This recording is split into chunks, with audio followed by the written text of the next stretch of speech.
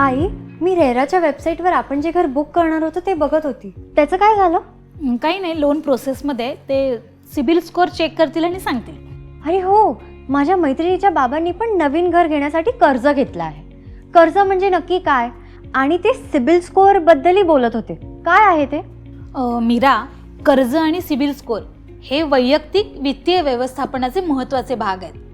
कर्ज आपल्याला मोठी आर्थिक उद्दिष्ट साध्य करण्यास मदत करतात आणि सिबिल स्कोअर ठरवतं की आपण ते कर्ज पात्र आहोत की नाही. याबद्दल मी तुला सविस्तर सांगते.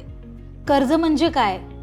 तर कर्ज हे आर्थिक करार आणि जिथे कर्जदाता काही रक्कम उधार देतो आणि ती ठराविक कालावधीत व्याजासह परत करायची असते.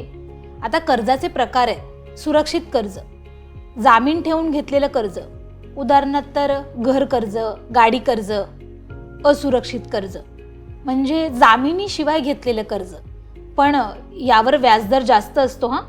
उदाहरणार्थ वैयक्तिक कर्ज, क्रेडिट कार्ड कर्ज. आता सामान्य कर्ज प्रकार कुठले आहेत? तर घर कर्ज, घर खरेदीसाठी, शिक्षण कर्ज, उच्च शिक्षणासाठी, गाडीचं कर्ज, वाहन खरेदीसाठी, वैयक्तिक कर्ज, इतर वैयक्तिक खर्चांसाठी, व्यवसाय कर्ज, व्यवसाय सुरू किंवा विस्तारासाठी. कर्जाचं वैशिष्ट्य काय आहे? तर आपण घेतलेली मूळ रक्कम ही एका ठराविक टक्केवारीत म्हणजे व्याजदरात ठरवली जाते. आणि बरं, याचा परतफेडीचा कालावधीही ठरलेला असतो. आणि EMI म्हणजे ह्याचे मासिक परतफेड, ज्यामध्ये मूळ रक्कम आणि व्याज समाविष्ट असतं.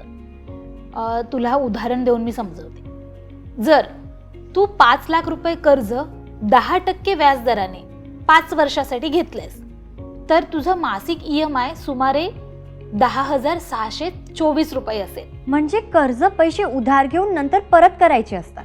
अगदी बरोबर.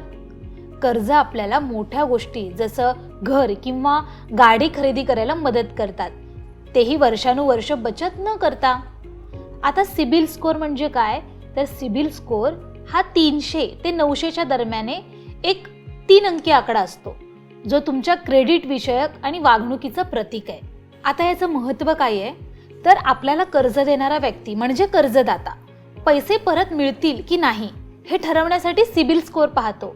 हा सिबिल स्कोअर 750 प्लस म्हणजे कर्ज मंजुरीसाठी चांगला, 650 पेक्षा कमी म्हणजे कर्ज नाकारलं जाऊ शकतं किंवा व्याजदर जास्त लागू शकतो. आता हा सिबिल स्कोअर कसा काढतात? तर आपला परतफेडीचा इतिहास, EMI आणि बिल आपण वेळेत भरलेत की नाही यावरून ठरतो.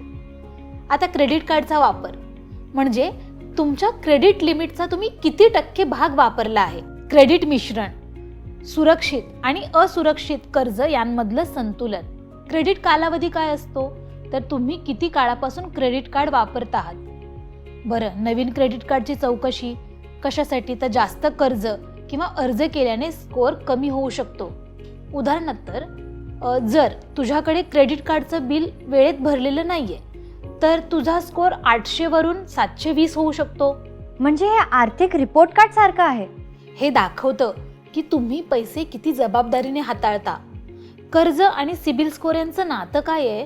तर बँका कर्ज मंजुरीपूर्वी सिबिल स्कोअर तपासतात. जलद कर्ज मंजुरी म्हणजे उच्च सिबिल स्कोअर, कमी व्याजदर, आणि कमी सिबिल स्कोअर म्हणजे जास्त व्याजदर किंवा कर्ज नाकारलं जाऊ शकतं. चांगलं सिबिल स्कोअर म्हणजे आर्थिक प्रतिष्ठा चांगली असते. अगदी बरोबर. यामुळे आर्थिक संधी सहज मिळतात. धन्यवाद आई. आता मला कर्ज कसं कार्य करतं आणि सिबिल स्कोअर चांगलं ठेवणं किती महत्त्वाचं आहे हे समजलंय. मीरा, नेहमी जबाबदारीने कर्ज घे आणि तुझ्या सिबिल स्कोअरचं योग्य व्यवस्थापन कर. मी चांगल्या आर्थिक सवय लवकरच अंगीकारेन.